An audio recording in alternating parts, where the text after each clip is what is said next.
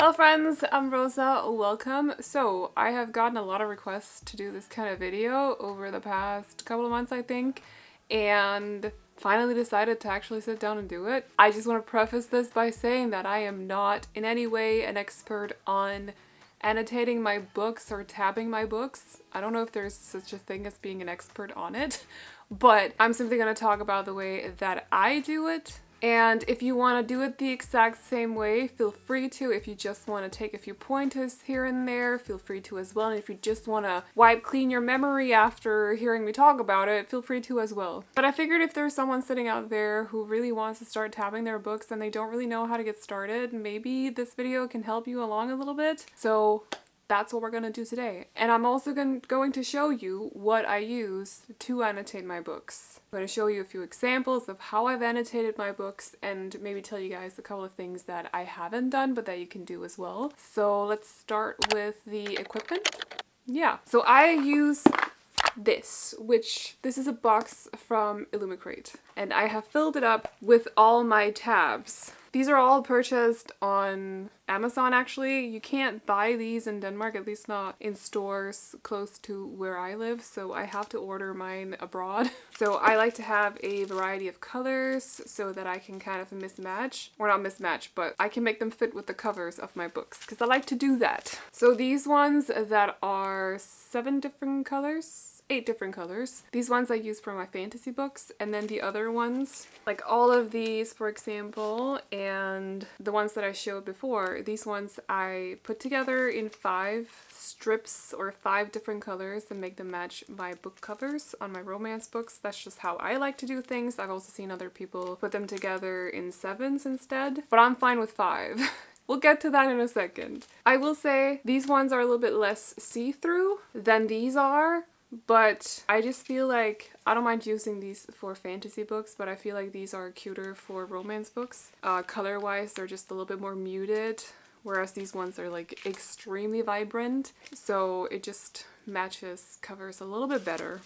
These are not expensive in any way. You can find them very cheap online. As far as I know, you Americans out there can find them very easily as well. It's not so easy for us Danes. but yeah, I'm still looking for, there's a couple of colors that I still feel like I need to cover, like red and pink. I do not have a lot of those. Maybe yellows as well. Don't have a lot of those. We're working on it though. My dream right now is to have like every color sorted or every color covered so that I can find a matching 5 color set for each of my books. Like that would be a dream. I don't know. We aim big here, okay? You can also buy these in like sets of, I want to say 2,400 or something, so that you end up having like so many of each color. It'll keep you covered for a long time. And then if you get book boxes, oh, I just found some stray yellow ones. I don't know. If you get book boxes, you also can get like funny ones like this. I suppose you could also get some funny ones off like Etsy, for example, where I know you can actually buy these ones as well, like the more standard sticky tabs, if you will, but these ones are from Book Boxes, Fairyloot, and Illumicrate, more specifically Afterlight. So you can get funny ones as well if you don't really like the more like neutral look. You can get ones with patterns. There's lots of different sticky tabs. Lots of different colors, shapes, different ways, thicknesses as well, opacity, you know, lots of different sticky tabs out there. So it's quite a big thing to jump into when you choose to get like a lot of different ones. It's like once you start, I'm finding it very hard to stop. Like I just want more of them so I can have some fun with it. But those were my tabs though. On top of that, I also use these highlighters that are from Staedtler, I think. I will make sure to link some of this at least in the description box down below if you want to check them out. These are nice because, not the black one, but the rest. The black one is actually not that sheer, but the rest are like, they have a tip like this, so you can decide to either do very thin or thicker lines, and I find that very useful. Plus they don't bleed through the paper. I have used them in penguin books that do not have very thick paper, and it literally, you can't see it on the other side. Plus they come in a lot of different colors, so like you can sort of just use whatever ones you want so they match with the tabs. I personally like that. And then something that I don't do, but that I just wanted to point out anyway, because I actually completely forgot this was a thing for a little while, but if you use pens in your books, you can use the ruler on these like things that the sticky tabs come on. You can use that to make sure the lines don't get all wobbly and stuff. And these are also the ones that I reuse to put together color combinations as well. Although these days I prefer to use just the small one, but just make sure you don't throw them out when like you've used up all your tabs, so you can actually use them for another book, you know? And I think those were the materials. So I think I covered it all. I think. If I missed anything, I'll make sure to mention it at the end of the video. Just don't get pens that could possibly bleed through the paper. I don't have any good suggestions for you because I don't use pens in my books. I only use the highlighters. So unfortunately, I can't help you with that. But let's talk about the doing of the highlighting and tapping and annotating. So I want to show you a couple of examples of books that I have annotated or am currently annotating. I feel like a big part of it is like, what do you associate colors with? So if I take this out, I associate, say, green, for example, with the earth. So I think world, and that means I use it for world building. The yellow color reminds me of energy for some reason, so I think of action, and that makes me think of plot. Pink obviously is very love for me, like it's associated with like cuteness and love, so that's what I use that for. Orange is a very vibrant, very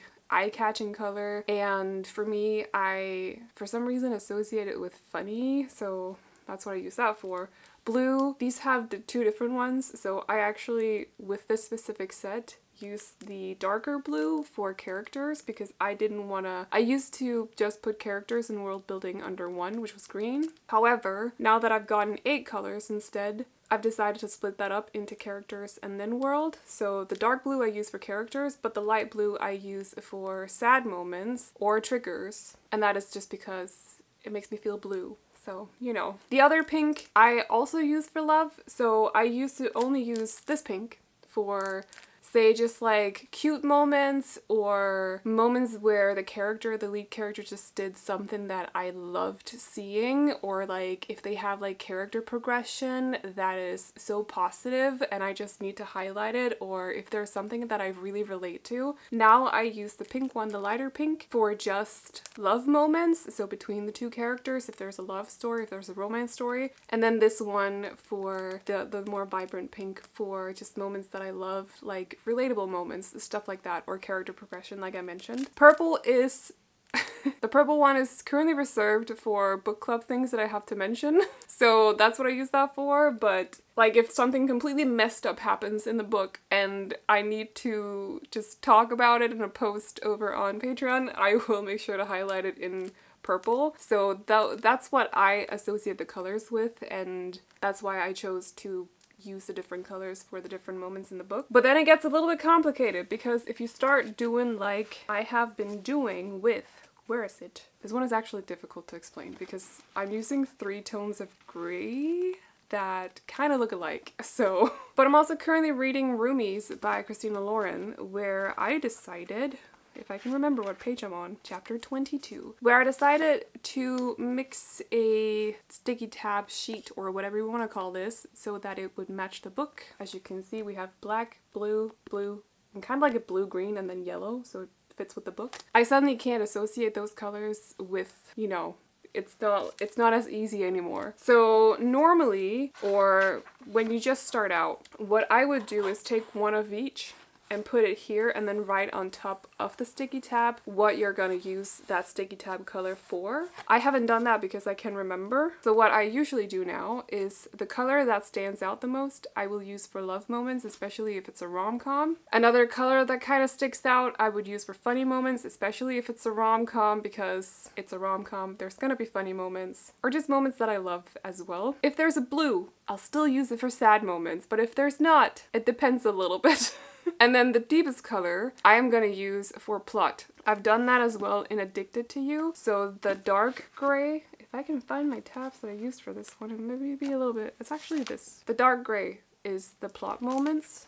in the book. And then the darker pink as well is for love moments. The lighter pink is for like funny or moments that I just loved. And then the second deepest color is like character descriptions, and world building is not really needed in rom-coms or just romance stories unless they're fantasy, so I don't really think about that when picking colors for contemporary books, because the world is the same as ours. Like, there's nothing you need to remember.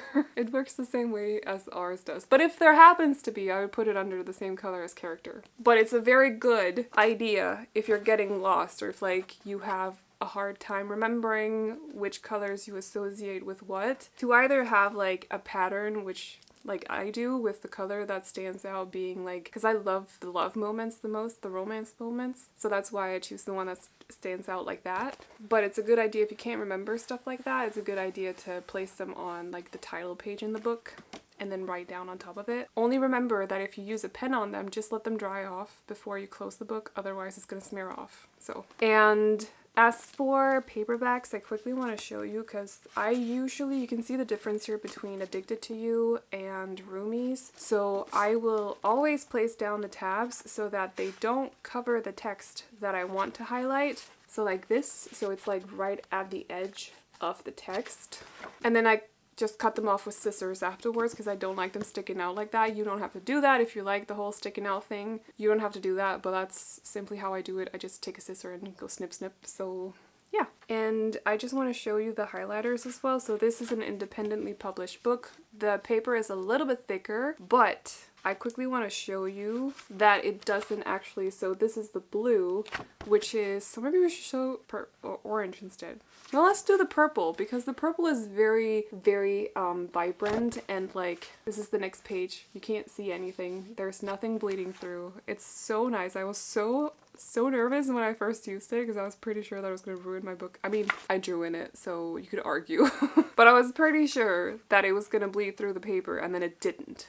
And I'm very happy that it didn't. But yes, my tabs on my fantasy books are a little bit more vibrant than on my romance books. But I don't mind it for these books. Plus, then I end up using mostly the same colors for everything in my fantasy books, which is good because otherwise I'll get confused. Like, that's where I draw my line.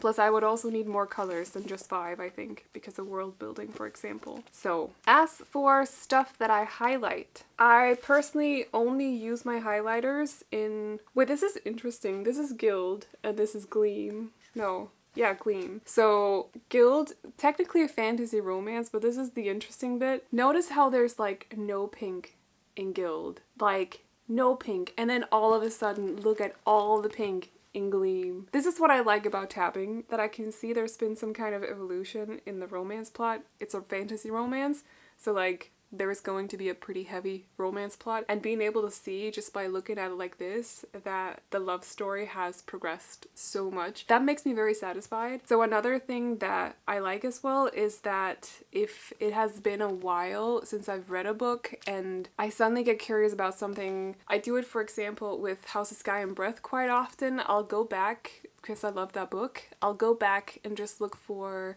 example, the name of something, some kind of weapon or whatever, or a character description. I'll just look up the green tabs around the moment that I think it's mentioned in the book, and I'll be able to find it. So when House of Flame and Shadow comes out, I don't have to reread the whole book because all the important parts will already be like easy for me to find.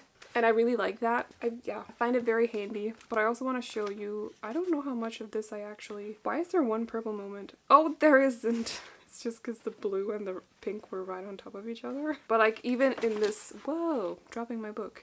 Even in this... Ooh, I'm not going to show you any spoilers, but even in this, I've highlighted with pink on the other side and there's like nothing showing through the paper. And this is fairly thin paper and like doesn't feel high quality, if you will. But yeah, I'm going to try to explain exactly what I think when I see something that I want to highlight, because I think that's where most people would be confused to start out with. I think that's what I was mostly confused about myself. It's kind of a little bit based on intuition when it comes to the plot. Like, if you feel like something has been mentioned that just is nagging at you, like you feel like it's important that you remember this later on, tab it. Just tab it. You can always go back and remove the tab, put it back on your sheet, or move it to another part in the book. They're not like, they're not placed with glue. Like, you can actually pull it off without ruining the book.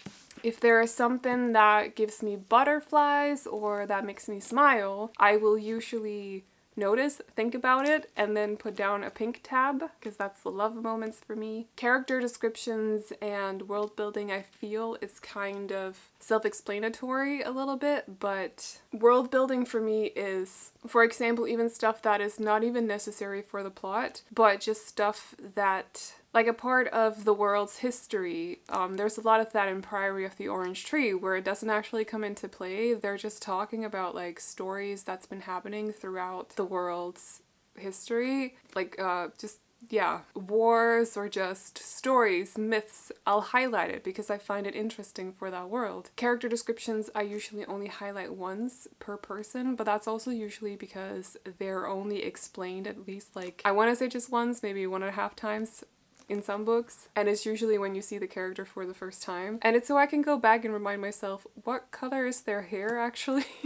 Because sometimes I'll forget. So those are character descriptions, but I feel like those two are pretty self-explanatory. Funny moments, just moments that made me laugh. Sad moments are moments that tug at me in a different way than action does. Just moments where I feel like the lead character or whoever's point of view the chapter is from, when they feel sad, you know, stuff where I'm like, that's relatable as well, but in a sad way. It's hard to completely explain without spoiling any book, and I don't know a book that we've all universally read, so I wouldn't, you know, I can't really do it without spoiling anything. But if we take the Jasmine Throne as an example, I'll only mention bits from the start. My first plot point is on page 3, and it's the lead character's brother telling her, remember that you have brought this upon yourself, remember that you have betrayed your family and denied your name. If you do not rise, sister, remember that you have chosen to ruin yourself, and I have done all in my power to help you.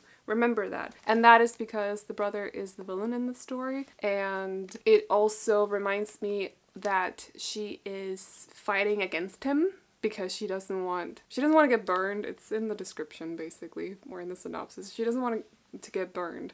So she's brought this upon herself, says he, but she hasn't. She just didn't want to die, go figure.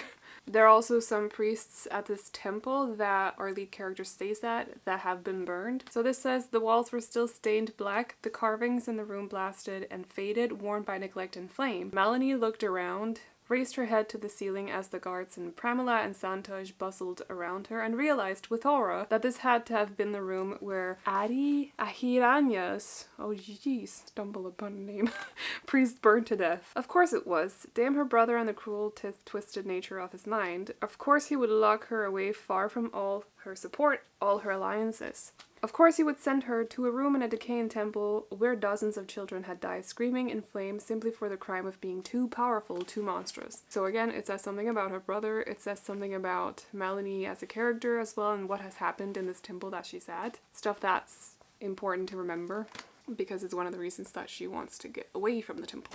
And then our lead girl, we know this from the synopsis, but I just want to mention it anyway. Our lead girl talks to one of the priestesses at this temple, and she says, she's not supposed to know, but she says, you're a temple daughter, or you were once, and the priest or the priestess says, you're mistaken, but our lead girl is actually right. This is like one of the older books that I have tabbed, so parts of it I'm like, also some of it is not that obvious and in your face. With this one, it's a slowly built book, so it takes a while for everything to kind of get rolling, if you will. But as for world building, just one example. If we look at Cersei, this is on page 11, again not a spoiler. It explains that there had been Titans once at the dawning of the world. Then my great uncle Cronus had heard a prophecy that his child would one day overthrow him.